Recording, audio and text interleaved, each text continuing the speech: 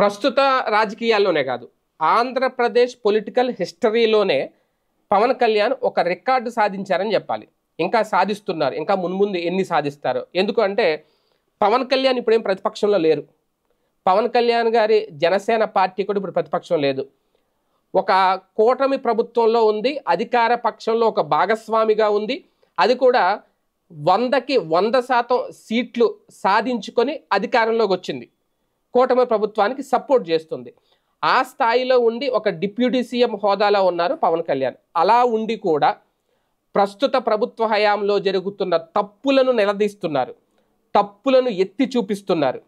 అధికారుల మీద చర్యలు తీసుకోవాలి అంటూ ముఖ్యమంత్రి దగ్గర ఆ ఫైల్ పట్టుకుని కూర్చుంటున్నారు డిప్యూటీ సీఎం.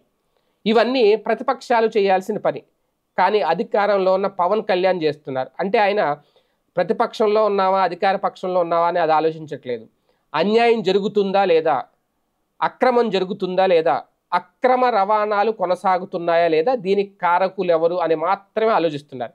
అక్కడ పొలిటికల్ లీడర్స్ ఉండొచ్చు, రాజకీయ నాయకులు అధికారులు ఉండొచ్చు, రాజకీయ నాయకులకు ఒత్తాసు పలికే వాళ్ళ అనుయాయులు ఉండొచ్చు, బినామీలు ఉండొచ్చు, లేదంటే రికమెండేషన్తో వచ్చిన అధికారులు ఉండొచ్చు, ఎవరైనా ఉండొచ్చు, లేదంటే వివిధ వ్యాపార సామ్రాజ్య విస్తరణలో కీలక భాగస్వాములుగా ఉన్న వాళ్ళు కూడా ఉండొచ్చు, ఎవరైనా ఉండొచ్చు. ఎవరున్నా డోంట్ కేర్ అంటున్నారు. ఎందుకంటే అధికారులు వెళ్ళి సీజ్ చేయడం వేరు, అధికారులు వెళ్ళి ఆర్డర్స్ ఇవ్వడం వేరు, నేరుగా డిప్యూటీ సీఎం వెళ్ళడం వేరు. ఇప్పుడు ఒక షిప్లో పీడిఎస్బి అక్రమంగా రవాణా అవుతుందని చెప్పి డైరెక్ట్గా షిప్ను వెనక్కి తెప్పించిన, ఆ శాఖకు సంబంధించిన మంత్రి నాదెండ్ల మనోహర్ ముందు వెళ్ళి ఒక గొడవను సీజ్ చేసిన, తర్వాత ఆ షిప్ని సీజ్ చేయాలని చెప్పి పవన్ కళ్యాణ్ ఆదేశాలు జారీ చేసిన, ఇవన్నీ కూడా పవన్ కళ్యాణ్లోని లీడర్షిప్ క్వాలిటీని బయట పెడుతున్నాయి. అంటే ఒక లీడర్ ఇలా ఉండాలి అని చెప్పి ఒక లెసన్ చెప్తున్నాయి. ఒక్క జనసేనకే కాదు, కూటమిలో ఉన్న అందరికీ.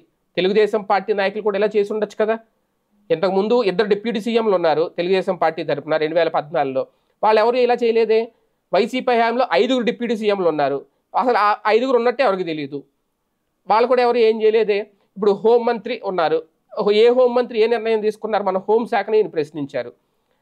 కాకపోతే డిప్యూటీ సీఎంగా ఉండి ఆయన అధికారాలను ఉపయోగించుకుంటున్నారు. అలాగే ఆంధ్రప్రదేశ్లో మొత్తం అంటే ప్రజా రవాణా వ్యవస్థకు సంబంధించి, పౌర సరఫరాల వ్యవస్థకు సంబంధించి, హోంశాఖకు సంబంధించి, అన్ని శాఖలకు సంబంధించి కూడా ఆయన ఎక్కడా కూడా ఎటువంటి అక్రమం అవినీతి జరగకూడదు అని ఆయన ఒక పోరాటం అయితే చేస్తున్నారు. ఇది టీడీపీ యాక్సెప్ట్ చేయొచ్చు, లేదంటే భాగస్వామ్య పక్షం కాబట్టి ఖచ్చితంగా సపోర్ట్ చేయాలి, వ్యతిరేకిస్తే కుదరదు. ఆయన ఎంత దూరం వచ్చింది అసలు ఆగరు. ఇప్పుడు తెలుగుదేశం పార్టీ నో అంటే మొదటకే మోసం వస్తుంది. ఎందుకంటే పవన్ కళ్యాణ్ గారు అంత అగ్రెసివ్గా ఉన్నారు, అంత ఊపు మీద ఉన్నారు.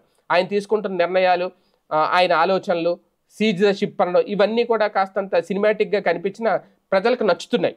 ప్రజలు యాక్సెప్ట్ చేస్తున్నారు. ఇలాంటి నాయకుడు కావాలని కోరుకుంటున్నారు. ఇది మంచిగా చెడుక అనేది సెకండరీ, కానీ ప్రస్తుతం ఆంధ్రప్రదేశ్ పొలిటికల్ హిస్టరీలోనే ఒక రికార్డ్ అయితే సాధిస్తున్నారు పవన్ కళ్యాణ్.